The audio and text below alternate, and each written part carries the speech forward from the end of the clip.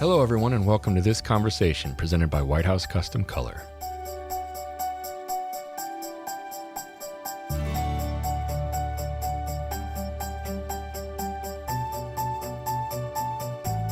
The way things are right now, we're all just running by the seat of our pants. If you're not happy with the current emotion you're in right now, just wait 15 minutes. You'll feel something you've never felt before. It'll come and hit you like first day of school. Every time. It's at any moment it can be, this is an opportunity, right? This is the single worst thing that's happened to my world. And that's halfway between a cheeseburger. That can hit you that fast. You can be like 2 bites in, I'm going to do this. And at the end of the cheeseburger, you're just thinking, why did I eat that? I might need that in 6 weeks. I might need that bread in 6 weeks. I'm not being pessimistic. I'm saying it's such an emotional roller coaster. I said this to a guy today that I left to go speak at 2 places, one in Minnesota and one in Chicago over a 2-day period. And when I left, the world was a different place than when I landed at home. Completely different place. And I felt like a jerk for being on a plane. Oh my God, I've just killed someone's grandmother. That's what I shouldn't have been on the plane, right? I should have walked home. Literally should have just walked home from here. Not a problem. I can make it 6-7 days from Chicago. I think if I could run and, maybe rent a bicycle, 15 miles a day, and feel better, You might have been traveling during my, the transformation that I went through in approximately 30 hours from this can't be that big of a deal to we better take this seriously. That was maybe 8 days ago, 9 days ago for me, maybe a week ago. Right around the 11th or 12th of March, I was like, gosh, this is getting out of hand. This is ridiculous. And it was like, this is getting out of hand. This is ridiculous. Whoa. This is getting serious. A couple sentences people said, and when I understood the concept of flatten that curve, when I understood that concept, that's when I said, okay. That's what it was for me too. Sense. When I understood it, I took a minute. People kept saying it. And it was about 5 or 6 hours of it being prevalent in my feed to go, okay. I've always been saying we're all going to get this, right? We're all going to be exposed to Me it. too. But we're not going to, the key for me was when I understood that we want to not all be exposed to it at the same weekend, right? That's it for me. Right. Right. And I said the same thing. I was like, well, everyone's going to get it. And I said it flippantly. That was a month and a half ago. Yeah, that was the old Jed, Yes. That was the old Jed. In the olden times, as my son would say. Olden times, yeah. Those were the old times. You were swinging a mace and rinsing off clothes in a river at that point. That's how old that Jed was. Yeah, in some ways, yes. And I struggle with the tepid frustration that I have at seeing people that still are not taking this seriously, because aren't we at the point where if you understand or even if you sort of understand what an exponential function looks like, right? And you look at some of those, because people are putting out graphs to show you what it looks like if you have contact and spread it to 5 people, and then that continues to happen, what that looks like. Or if you drastically reduce the contact you have with people and how it's gonna die relatively quickly. Yeah. Looking at so I'm a Generation X kid, right? So it was like that commercial with the shampoo, There's Jed, and he told 2 friends, and they told 2 friends, and so on and so on and so on. The screen is filled with people who are sick now, Yeah. I do have a lot of hope about it, though. I know this isn't necessarily photographic, or maybe it is photographic, but I have a lot of hope on some of the treatments and medicines that we're seeing, showing some great promise. Yes. I have a lot of hope in my heart about the amount of people who are in critical care and what I mean by that is obviously the people who are in critical care, I'm lifting up in both thought and actual prayer. But, there's 50,000 Americans right now who are tested positive, and there's like 2,000 of them in critical care. Like, that is a number to me that is so much better than 40,000 of the 50,000. I know I'm just trying to find silver linings on a daily basis. Like, okay, so a lot of the people are at home, self-quarantined with their family. They're being taken care of. They're being monitored, but they're not needing to be on a ventilator yet. Of course, New York City is in terrible shape, and that's a town we love. We live 4 hours from New York. We go there all the time. What's up, gentle and gay? And that's just how it is, like that, but my heart hurts for New York because they are going to run out of hospital beds way before Sheboygan is going to run out of hospital beds.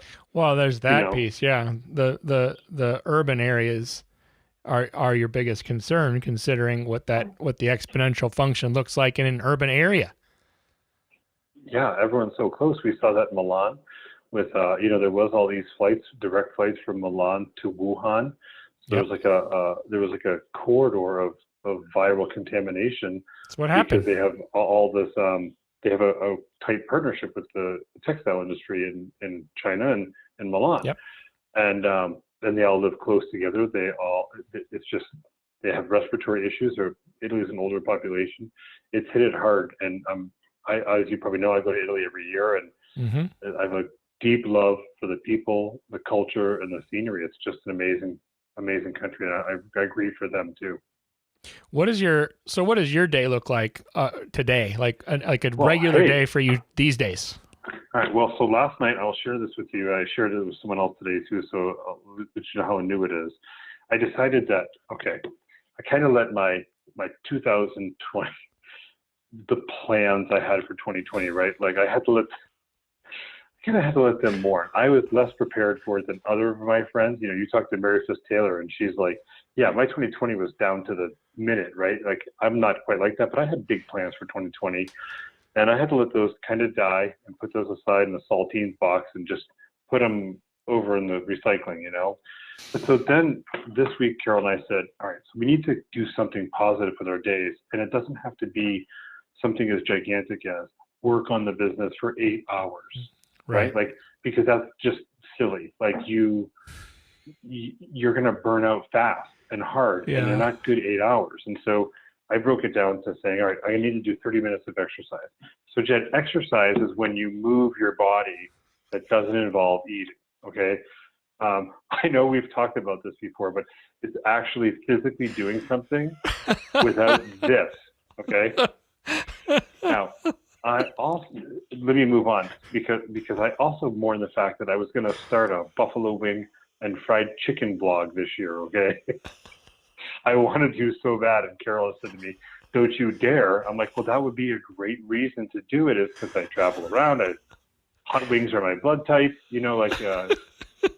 chicken wings are communion, like all that stuff. It's going to work out for me. But this was not my year." No, so apparently not. I'm going to do 30 minutes of exercise every day. I'm going to work, so I'm getting ready, getting 3 photographic competition cases ready for district. So I'm going to spend an hour a day just on competition images, not 6 straight hours. I'm going to do an hour, set it aside and do an hour. I'm going to work on an hour on a home project. Again, not 8 hours where I'm going to try to paint the exterior of the house today.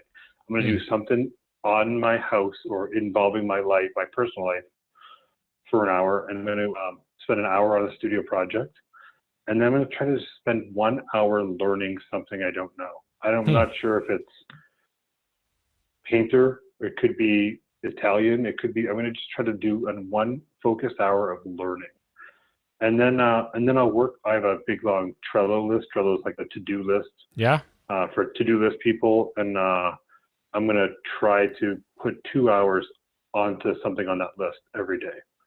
And my exercise will probably be walking, and I'll probably listen to an audio book as probably maybe part of the learning. My point is, I'm intentionally trying to make the absolute best out of this as I can. And all the rest of my time I can spend finding out which scotch I prefer in my cabinet, or watching Netflix, No, or I'm both? serious. Like both of those at the same time? I've let the concept of that I have to work a 12-hour day like I do when I'm a studio owner go. Yeah. And let myself say, if I'm doing this, I don't need to be working 12 hours a day on my business right now. I can give myself some grace and some time, because we've been given this time. I'm going to use it. I'm going to use it. It may only be 4 weeks. It may be 8 weeks. It might be 12 weeks. We don't know. Right. But at the end of this, as Kara would say, I'm going to look back and say, I didn't squander this crazy situation. I did something positive with it. Is that what keeps you from curling up in a ball and rocking back and forth in the corner? And I mean, pardon the imagery, but like I'm just trying to think, like, is what motivates you to be the way that you are? Because you could easily, I know that, because some of us have done that. I'm just talking for a friend, but my point is, his name's Jed too. My point is, like, it surprised me actually how many people have taken these lemons and are making lemonade. But that requires like an act of will. That requires some pretty strong intentionality. Like, why are you choosing this rather than the other? Besides it's easy to say that it's obvious. It's an obvious choice. Yeah, for me, so I personally am a guy who, I would try to be super positive. I really want to be involved in positive things in my life and other people's lives. Now, as you know, sarcasm is my only fluent language. And so although I'm solid at English, sarcasm I'm better at. And so what happens is that I've got that snarky side to me, which is like not always positive, right? So that's like the devil on one shoulder and the angel on the other, or maybe there's the devil on both shoulders, who can tell? But I look at it and I think, okay, I was just saying on my walk today, I said, we have power, we have internet, we have a warm place, we have food, we have toilet paper. We're the only ones in New Hampshire with toilet paper. I'm kidding. We have all these things that we normally would associate with terrible times, right? What are we missing? Okay, well, we're missing our social interaction for the people we love. Of course, that's honestly probably the hardest part of it for an extrovert like me. There are people in my life who I can't see, who I love and want to be with, right? Like, I just can't do it because I'm not willing to risk it. But then, looking across, we have enough money to get through, a certain amount of time, right? I mean, if this drags on for 5 years, it doesn't matter. What are you going to come get my house? You can't sell it. Like, it doesn't, no one can come in. There's not going to be any left to come and get it anyway in 5 years. We made a decision not to market during this time. We just said, let's just make this about, like Tim Walden always says, make it about someone else, and the rest will come together. And so I look at it, I think when this is behind us, when we get the clear that we can start gathering again, I believe that our country will jump back, and I believe that I've been granted this ability to get everything in order, both in my home. I've got this massive to-do list here. I've got this massive to-do list elsewhere. I love getting things accomplished. I mean, I don't know.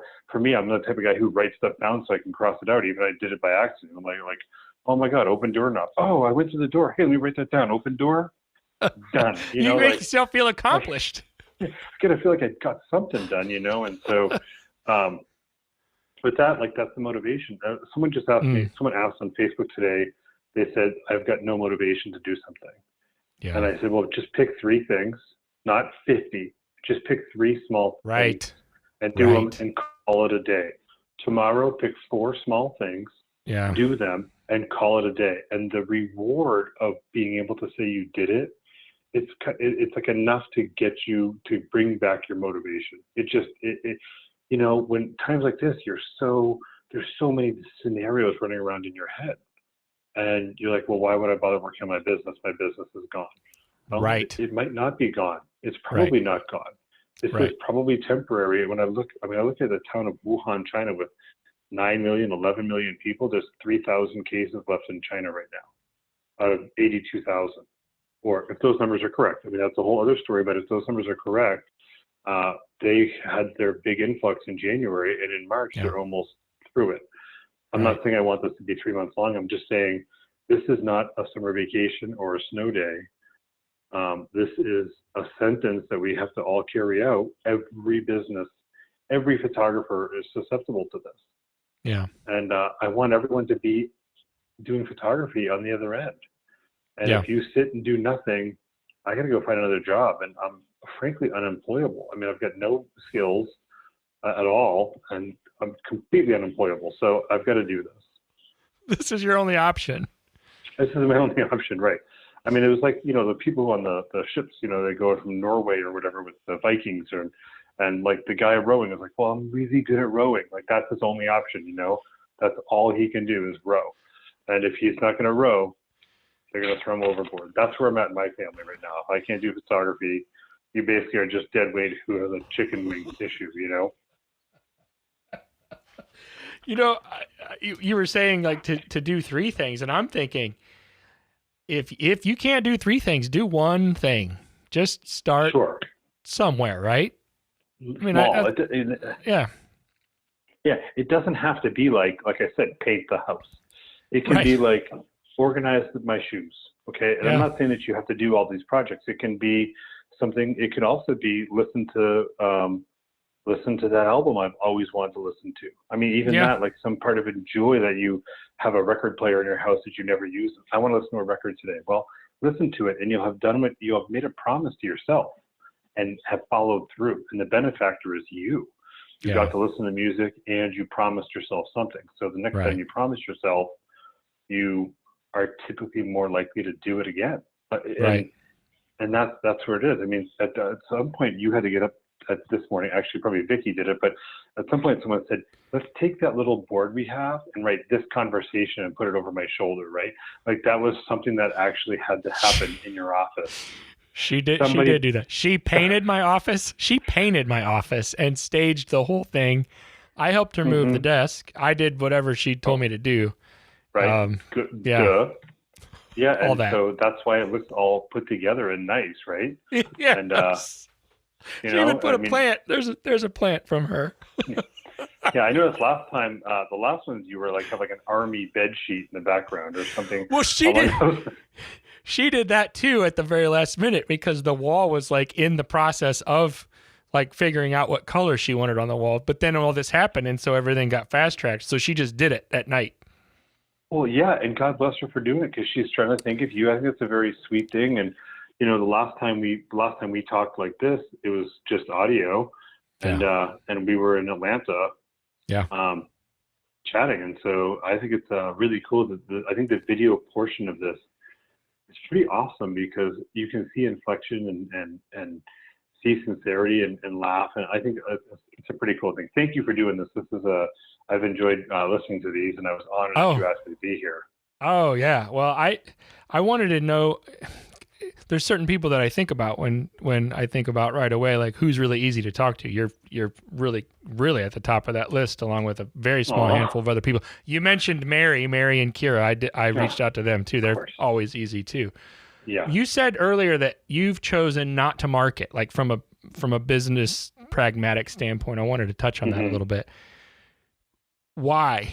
And maybe the answer is obvious as well, but I'd like to hear it from you. Yeah, I mean, I'm sure everyone feels differently about it. I can only tell you, so I know that we're not usually our ideal client, right? Typically, we typically market to people who are either smarter than us or better looking than us or have more money. I mean, shall I go on? The list goes on, right? So we tend to market to those people. I mean, seriously, generally we do that. Yeah.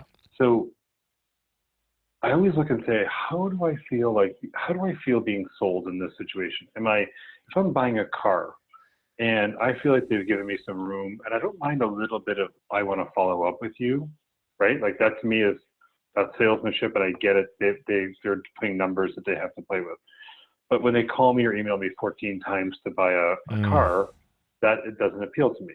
No. Because if I was going to make a deal, I'd make a deal and that's that. Right now, I think our nation in general, and I do understand it's regional to some degree because every state's in a different spot. Right.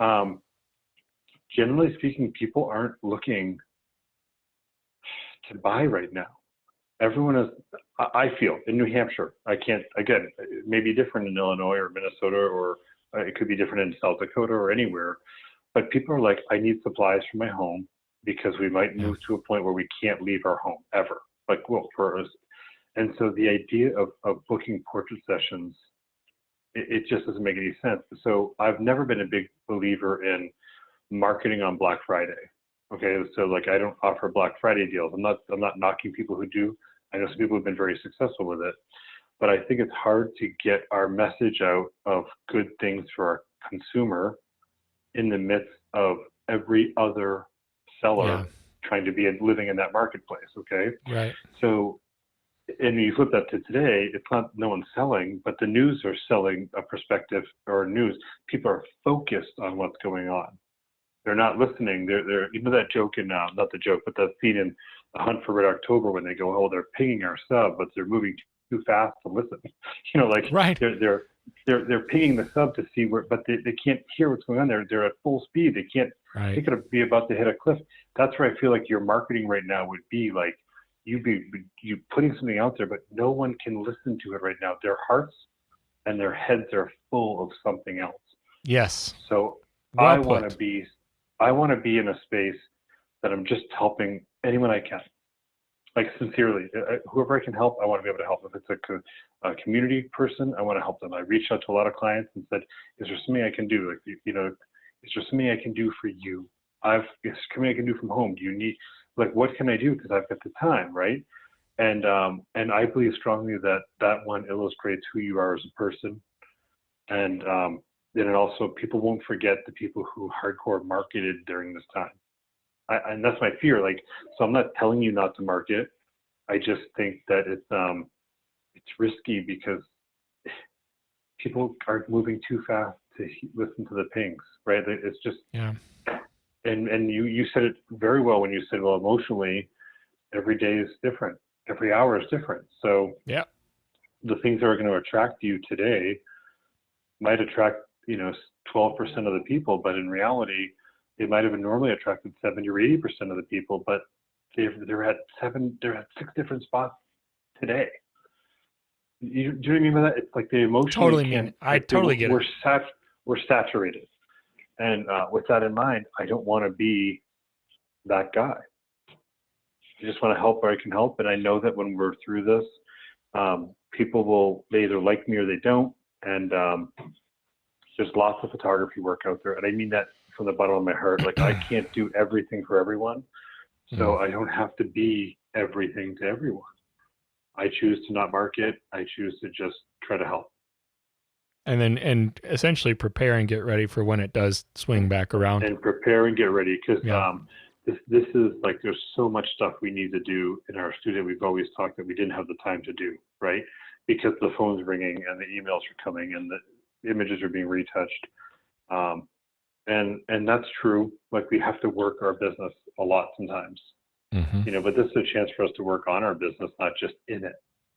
We can actually change this game. In fact, 2020 was our year we were going to make some big changes in the business, and we're still going to make them. Yeah. In fact, now we've been given the time to really cement that we want to really do it. So, before we were like, how are we going to fit this all in? Now we've got, I've got to schedule each day to fit it in.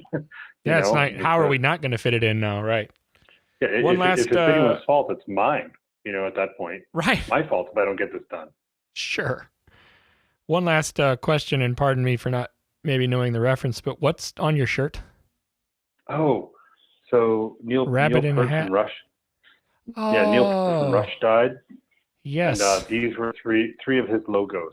Yes, I recognize it now. So it seemed familiar to me, but Presto, Counterparts, and Roll the Bones tours.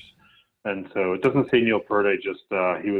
Music is a massive part of my heart and soul, and it's made me a better photographer. Visually, I dream visually when I listen to music. And yours is one of the posts that I remember from his passing. Actually, there was a few people that I expected posts from, and yours was one of them that I remember seeing. Because that was too bad. It crushed me, and part of me was all of me was distraught and sad, and I watched a movie about their career that night with my wife, and we sat and we watched it, and it's very interesting to see how these are just regular guys. These guys weren't your normal rock stars. But what made my heart happy was that for 2.5 years he suffered in cancer, and his friends kept it from the world. So what does that say about him? Yes. Like that his friends kept all his friends and family kept his secret. He didn't want to be the guy with a headband around his head because of brain cancer. Right. He wanted to go the way he wanted to go. And he did. That made me very happy for his wife and daughter, in the sense that they didn't have a paparazzi always trying to photograph him in a bed or in a wheelchair. No one knew. And so I try to see positive stuff. That's the sort of thing that really touched my heart. And it was very, very interesting. Well, it's another one of those perspective things too. It's kind of like what's happening to all of us essentially at the same time right now, is that there's this big wallop of perspective, whether you like it or not. Right. Yeah. And it comes and goes, and it comes, and I know I've made this point, forgive me for making it before, more than once, but it's going to change. Like, it keeps changing. That perspective, I think I told you, or forgive me if I'm repeating this, but we had this community action plan, and in the plan, we had verbiage set up on Monday for our studio. And on Monday afternoon, we said, "Oh, no, that doesn't work anymore." Everything we thought was going to be, that's what we're doing for Thursday. And I mean, we wrote it, we put it in a Dropbox, ready to be dumped into the systems. And we're like, okay, 6 hours later, we're like, whoa. Right. When did we say we were Satan worshipers? Like that's what it was like. It was like so out of line, like compared to what we were feeling 6 hours ago. Yeah, compared to what's going on now. Right. Well, so like, what's up is down, and what's down is up, and it just didn't fit anymore. And it's a perfect time to learn how to hold on loosely, I think, really. to use a music reference. You can throw 38 Special into your mix, that's it's always a good day, Thank you for following up like I had hoped and kind of knew you would there. I'm glad. I get most musical references. If it's a country reference, I don't get it, but if it's rock or alternative rock or something from The Cure or all kinds of different bands, I'm usually pretty up on those. Oh, well, thank you for your time and your abilities to get my cheesy dad joke references. I love it. I've always enjoyed talking to you, Jed, and I love your heart and how happy you are and the way you represent our industry. So thank you. And I give my best to you and your family. And as you know, if there's something I can do for you or your wife or your children, please let me know. It would be my pleasure to do so. I believe you, and same to you, brother. Have a great rest of the day. Thanks, Jed.